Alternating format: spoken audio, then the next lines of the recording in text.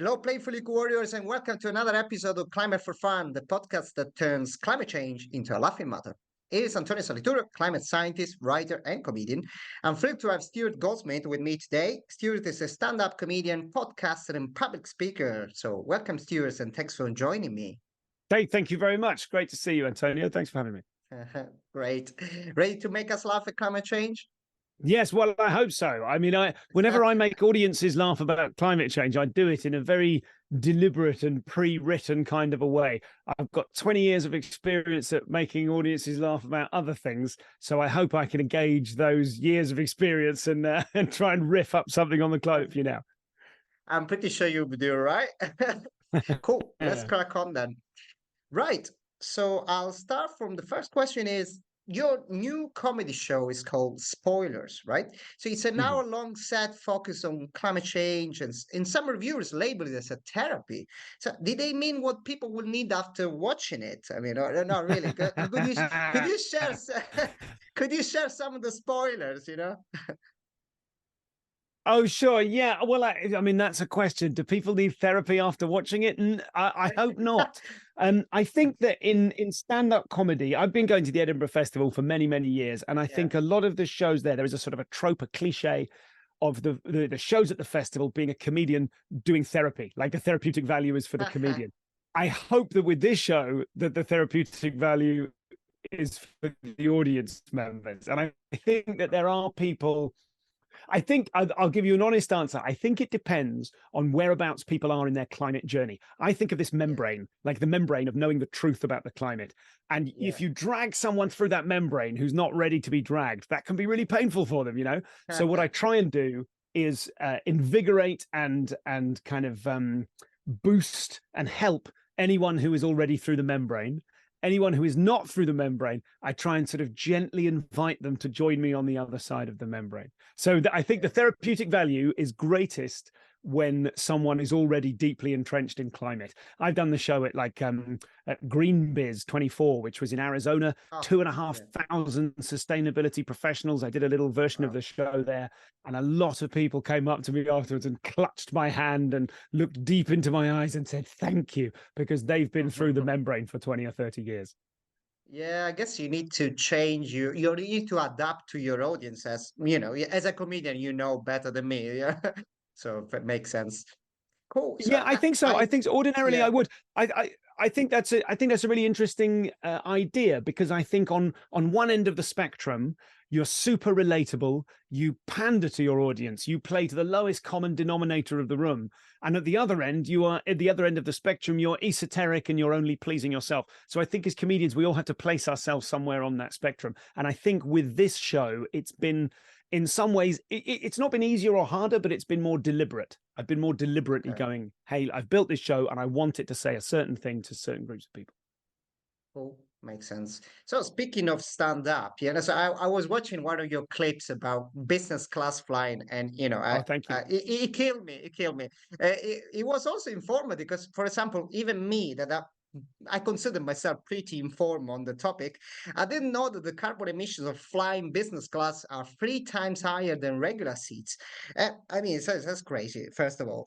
So speaking of flying, which is a hot topic to me, I mean, the UK climate minister did much worse than traveling business class. So he left the World Top Conference on how to fight climate change and took a 3,000-mile flight back to the UK just to vote on the Rwanda bill, which to me is like fighting COVID by throwing a party during lockdown, right? Yes. Yeah, no, for sure. I remember that happening. Yeah. What are your thoughts on that? I mean, there's something wrong in that, yeah? Well, there is, I mean, obviously there's something wrong in that.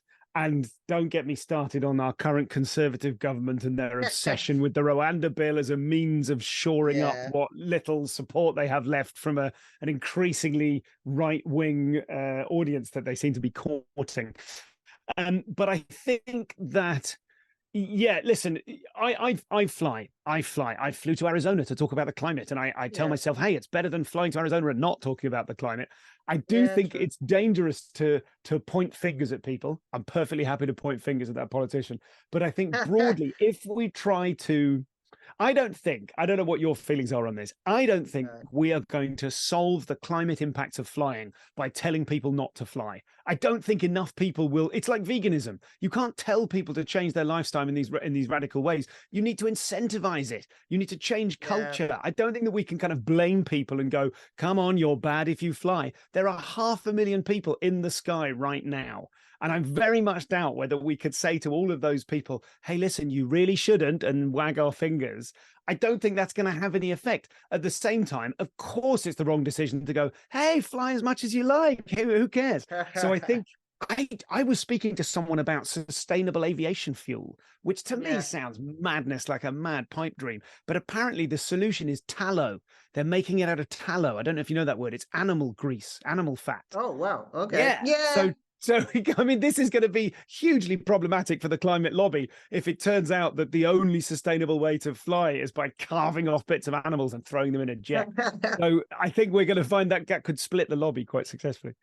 I mean, I heard about cooking, exhaust cooking oil and stuff like that. I mean, the Yeah. problem is the scale up of that solution. I'm a bit Yes. skeptical on that. But coming back to your point of flying, I mean, obviously, the blame culture is not working, obviously. But I mean, to me, there are some elements of that discussion that work, I think. For example, like you need to, I mean, as far as Ryanair can, don't pay the right taxes on flights, Mhm. at least you should have a higher cost of flying. People should be aware that by flying you need to spend a bit more, perhaps, a sort of carbon tax, if you want, apply to flying, because obviously you need to compensate somehow, so you can reinvest that money Yes, in sustainable I practice. totally agree. I totally agree, but I also think it's a what would be perfect is if we didn't prevent people who can't afford it from flying, because the global climate crisis is also a social inequality crisis. Yeah, So I true, think true, that true. if our plan is flying is only for rich people, that's not going to work either. I think we should make decisions about. I think the carbon tax should be a percentage of an individual's wealth.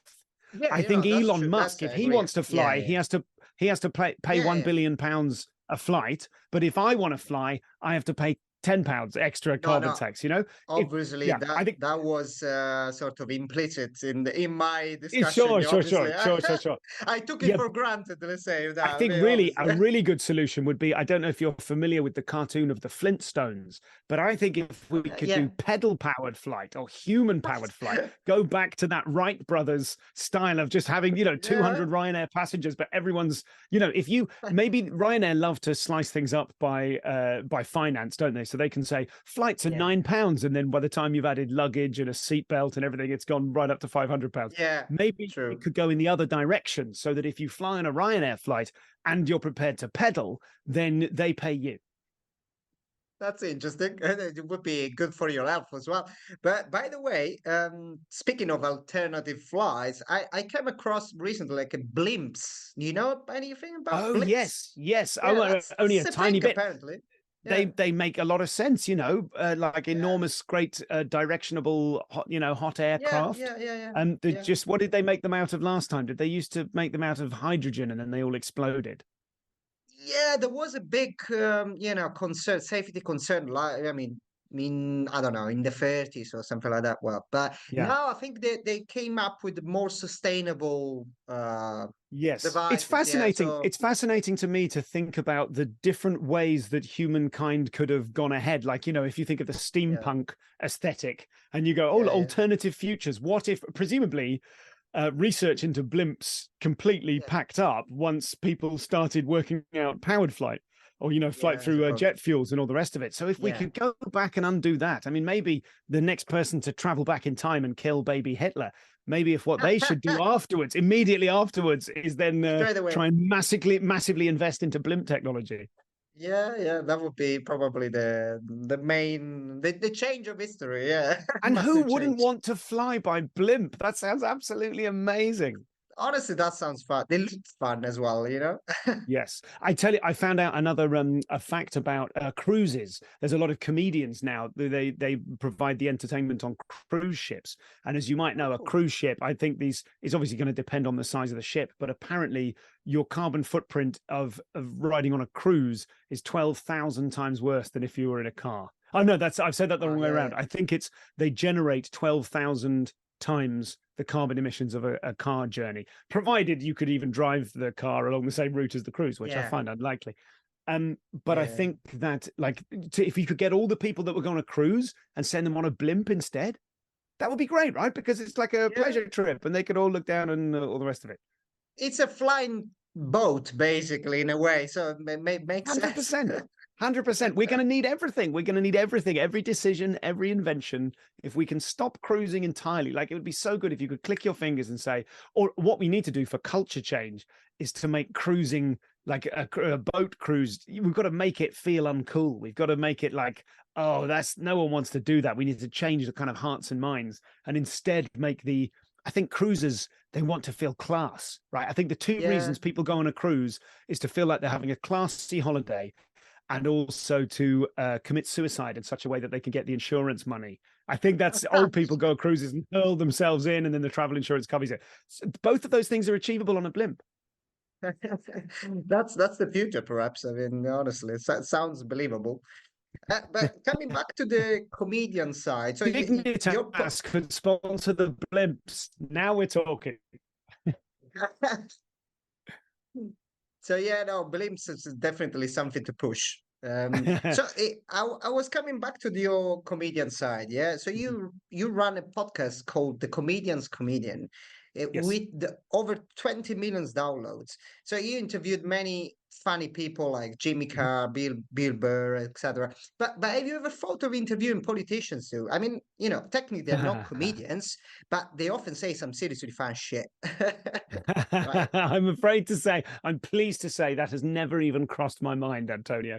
No, I'm interested in people who are using their intelligence and their craft and their courage to do, if not good, then at least not to do bad. I have Yeah, a do no yeah, evil policy. I Yeah. agree. I agree. Okay, what about social media? Because I came across your, was looking at your Instagram profile, and I watched a reel where a woman working in a recycling center tells you that she can turn Christmas tree into beer.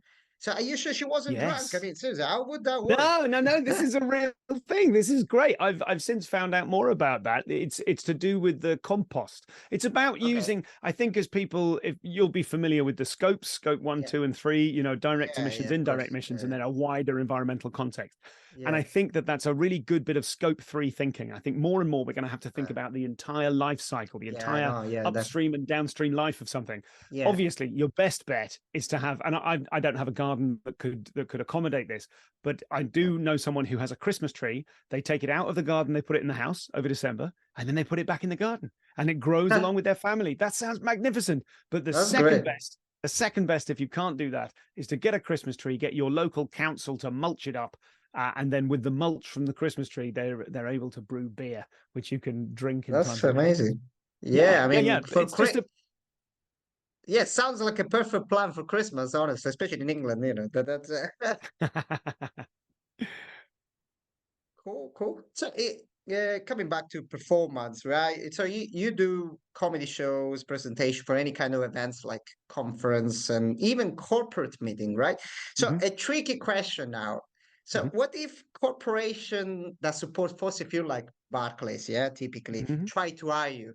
You just say, no thanks. I prefer sorting out shit in a recycling center rather than accepting your dirty money. Or yes, please, but I'll charge you a climate-friendly fee to make up for your planet-wrecking investment. What's well, your, well, choose? neither of those, but thank you. That's a really interesting question. It's a really interesting question, and I go back and forth on this because I want to do no harm, but one of the things that excites me about working with businesses is I work with sustainability people. It's the sustainability department at whichever corporation that would be hiring me. And in my experience, the sustainability people are, it's like the business world, but the good guys. So in my experience, which is not vast at the moment, but what I've experienced so far, one of the elements of this, I think, is that the person who is working in sustainability for fossil fuel company X or undivested bank Y, whatever, whoever they are, they will be someone who is trying to do the right thing. People don't really fall into sustainability. No one's doing it because it's easy. So I think they will be inside a big organization trying to steer that big organization to do something positive.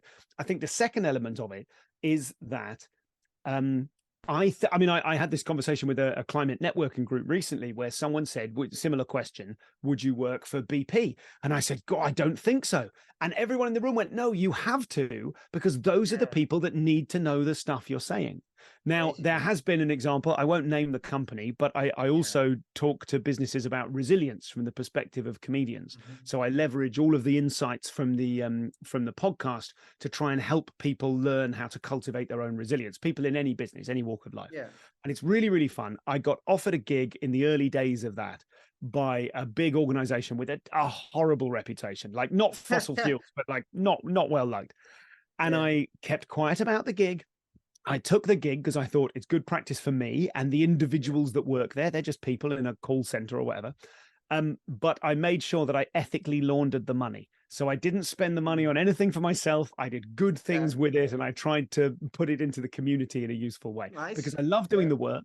I think the people would benefit from hearing the stuff, but I don't want to buy a new bike and go, oh, this is the BP charger. Do you know what I mean? And think to myself, oh, I deserve this now. So it is difficult, but I think all of us that interface, oh God, why would I say that? All of us that interact with the corporate world, we have to make decisions. And this is one of the things I talk about in the show.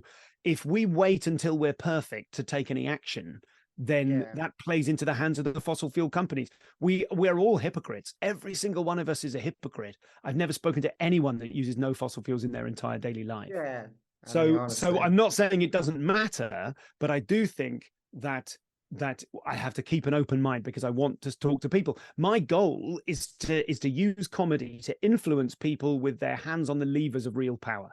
So just as someone who works in renewable energy is going to need Shell or BP and need to change those organizations because they're the only people that can afford to build a wind farm of 100 turbines offshore. Not true. We have to interact with them. But I do realize I'm always aware that sounds a little bit like I'm saying, so it's fine for me to do whatever I want, which is also not the right way. Yeah, I mean, obviously, it's good to be aware of greenwashing, people trying to, squeeze in sustainable practice when they are not. But obviously, you need to bring those companies on the right track. I mean, somehow. So I'm sure. I want to think that the right intention are there, but obviously, because the problem is, I think the vast majority of individuals have the right intentions. But buildings are so big, they start behaving like governments or councils. I don't know if you've ever tried to get your local municipal council to do something. Any individual might help you, but the infrastructure of the council itself is sort of so slow and sluggish and everything moves like honey. And so that's the difficulty with business. A lot of people want to do the right thing and they want to feel good. Very few people, I think, are wearing top hats, twiddling their moustaches and going, ha ha ha, 5,000 more dead polar bears, but we made a big profit. Most people want to do the right thing. It's just that the machinery of business, of capitalism that we've all built up around us allows it to not be one individual person's responsibility. And that is something I'm talking about in my next show. Okay, cool. Yeah, that sounds interesting. Yeah, no, don't tell me about that because Italian bureaucracy, you can imagine now I'm back in Italy, so I don't like to judge, but I have heard rumors. It's good. They're true, but they're mostly true. I can tell you that. Okay, so let's go to the funnier bit of the show. Let's say so. Tell me one thing about climate change that makes you laugh, even though it's pretty hard. I'm aware. One funny thing about climate change that makes me laugh, I think that, this is a bit I should have prepared. Give me a minute. I think that I'm going to see if I can the reality is not much about climate change itself is funny. Yeah, I think humans are funny. And I think the way that we try to get away with things, that's my answer. I think the Okay. way that human beings, myself included, try to make ourselves feel okay about things we know are wrong is funny. I had a disposable, like a reusable cup, coffee cup. Yeah, And at the yeah. Edinburgh Festival last year, I promised myself I only use this cup. 10 minutes to showtime. I can't find the cup. I had to take a coffee in a compostable cup. And just before I went on stage, I found my reusable cup. And so I poured the coffee into it so I would look okay in front of my climate audience. So those things, those terrible things that we do, I think those are funny. That's so funny. Did you say it on the stage? You should have said that. I mean, like, I I will just done occasionally that one. mention it. I ask my audience for climate confessions, and if one of them is about coffee, Yeah, then normally I'll mention that. Yeah. that sounds one to reveal, in a show. Okay, well, how about one fun thing that people can do to fight climate change? A fun thing people can do. Well, so this is new material. I'll share this idea with you. I think that sometimes the ease of the action, how easy it is to do an action, is inversely proportional to how something climate positive that doesn't make much of a difference. And sometimes, like, I think the biggest thing anyone can do is to change their bank, But that is like 3 phone calls. I'm not doing that. That's a nightmare. I agree. I'm trying to do that, exactly that, because changing bank is quite big. But yeah, It's huge. it The can it numbers, can. the numbers I heard are that for every £1,000 you have in a bank that's like a bad climate bank, most banks, every £1,000 you have in your savings is the equivalent of flying from London to New York and back once a year. Oh wow, that's So an every interesting data. £1,000. Fortunately, like a lot of comedians, I have no money, but that's a big. I want to share this with the world. That's huge.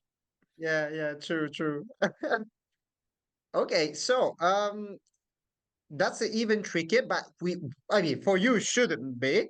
But can I ask you to come up with a joke? I mean, any joke really about related to climate change or the environment, if you have any. To Well, come up okay, with a new you can one. recycle. You're allowed to recycle previous jokes, Okay. obviously. Oh, I'm allowed to recycle. Okay, that's good. I think that I will try a new joke with you. I'm just going to look at my notes here because there's something I'm working Okay, on. I'll see if I can make you laugh. cool, Do cool. That's you, good. I've started seeing the climate crisis everywhere, right? In a way Right. that doesn't benefit my own mental health. I see it everywhere. Huh. Do you know this show Bluey? Did they show this TV show in Italy? It's like it's a kids show from Australia about a little Hmm. blue dog and her parents and her sister. And it's like Okay. a parenting manual. It Right. doesn't matter. Ignore that bit if you Yeah. don't know. Okay. Cool. So this is the joke. I see the climate everywhere in a way that doesn't benefit my mental health. My children have a dance mat video game based on this TV show, where you copy the movements of the Yeah. people Yeah. on Yeah. screen. Yeah. Yeah. And they love it. They're young children, 5 and 8, Yeah. and they love Yeah. jumping up and down. But it's not really a game, it's a YouTube video, and they don't know. They don't realize that their actions are not affecting the thing that's happening on screen. We don't have a games console. We don't have an Xbox or a Yeah. PlayStation. Yeah. Yeah. It's just a video. I feel like I should tell them, but the knowledge will not improve their happiness. Nothing they can do will make a difference to the outcome, and the truth will only spoil their fun. So in many ways, everything comes back to climate change. That's true, actually. So that's a joke that I'm working on. At the moment, it's too bleak. I like the idea. I like the Yeah. parts of the joke, but the message of that joke, the way I said it there, is that everything is pointless and we can't save ourselves. And I don't Yeah. believe that. So that's a joke I'm working on. I'm going to try and make it mean something else. But I can see the that's how I work. parallel, definitely. I can see the Yeah. parallel going on. I mean, it makes a lot of sense. It just needs to Yes. be kind of I think it condensed. could. Yes, I think it could, in comedy terms, it could be as simple as sometimes in Yeah. comedy, we can have our cake and eat it. What I Yeah. could do is frame it as, I'm not saying this. Do you mean like I'm not saying this. I think there is hope, but sometimes I feel like this. So we'll see, But thank you for the I feel opportunity like my to workshop. kids trying to mimic something that you can affect. Yeah, Something exactly. like that. Yeah. Yeah. Something like this. No, Yeah. that makes sense. Okay, cool. So now it's quiz time. Yeah. Oh Are you yeah. ready for this? Go. no money involved in the bank, unfortunately, just What? the glory. I'm out. Leaves meeting. You got. Okay, so you got three questions, and for each question, you got three potential answers, right? Mhm. So let's go with the first one. So, what is the carbon footprint of sending 100 emails equal to? Option Hang A. on. Before you give me the options, I know. Okay, Yeah. I think I know. I think I know. Go for it. Okay, it's not a number, so you know. Oh, okay. Oh, I think I know the number, Yeah. but yeah, go on, go on. Yeah, no matter the number, it doesn't help. Okay, so option A, burning 3 pounds of coal. Option B, burning 3 trees. Option C, burning 3 postmen. Well, I think burning 3 postmen would generate 450 kilos of carbon. And I know that because I know a cremation is, oh no, a cremation is 120. So 3 postmen Okay. would be 360 kilos of carbon. If you bury them, it's 5 times worse. So definitely burn them. Or depending on how you bury them. But okay. I Yeah, know I that an guess. email, I'm going to work this out, Antonio. An email generates 4 grams of carbon, but that's not counting an attachment. And the size of the attachment makes a big difference. So I think we're looking at 400 grams of carbon. So 3 trees? No, 3 trees is more than 400 grams of carbon, but it can't be coal. So I don't know the answer. What was the measurement of coal? What was A? What was the Three measurement? pounds of coal. 3 pounds of I coal. can't visualize pounds. I'm British. I can't do that anymore. Uh, A yeah, okay. small amount of a small Is it amount not? of Is it not? Is it not yes, it British was pounds? British, Yeah. but now Okay. we're metric. All right. Yeah, I can Okay. only do Well, kilos. I'm gonna say coal. you're right. You're right. Yeah. Yes. Yeah. I mean, I was really enjoying your working out process, to be honest. It was so fun. Cool, cool, cool. But yeah, you got it. You got it. Okay. So next one, right? Well, let's say this one is easier. The second one. Okay. Who said that who blame the human race for climate change are only looking to raise money to finance socialist bums who write fourth-rate newspapers? Right. So option A, Stuart Goldsmith, after delivering the fifth corporate presentation in a day. Option B, Stuart Goldsmith, after finding out that recycling plastic is useless. Option C, Javier Milei, the new Argentina prime minister. If I say that sentence now, can I change it so that it can be A? Yeah, I just think go for it. I'm going to say C, but I will say that burning that recycling plastic is not useless. It's just time limited. You can only recycle it 7 times, and you can get use at every phase of that. But after time number 7, you can't recycle it anymore. So, but Yeah, I will say C, please. yeah, she's right. I mean, coming to plastic, I know if I think it depends on the type of plastic as well. Like most of the plastic, unfortunately, it's very complicated to recycle. That's the problem. Yes, yes. Well, this is like a lot of the problems. The plastic itself is technically recyclable, but at enormous energy and financial cost. Out Yeah, of the out yeah. of the I'm going to show off now. Out of the 6 types of plastic in main domestic usage, the recyclable ones are 1, 2, 5, and under the right circumstances, 4.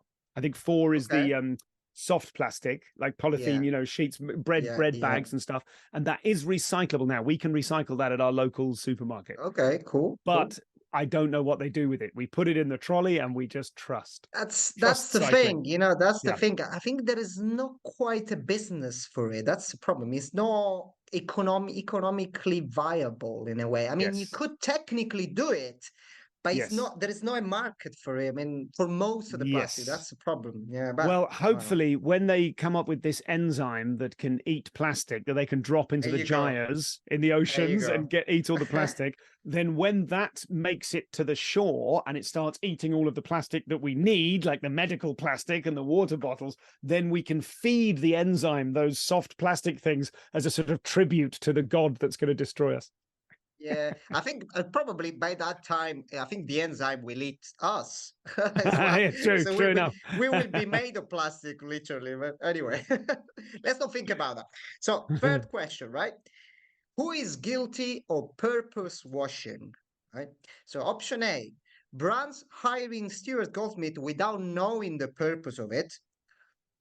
Option B, brands bragging about their sustainable purpose without showing any tangible proof of their actions. Uh-huh. Uh-huh. Option C, brands selling zero waste washing up products.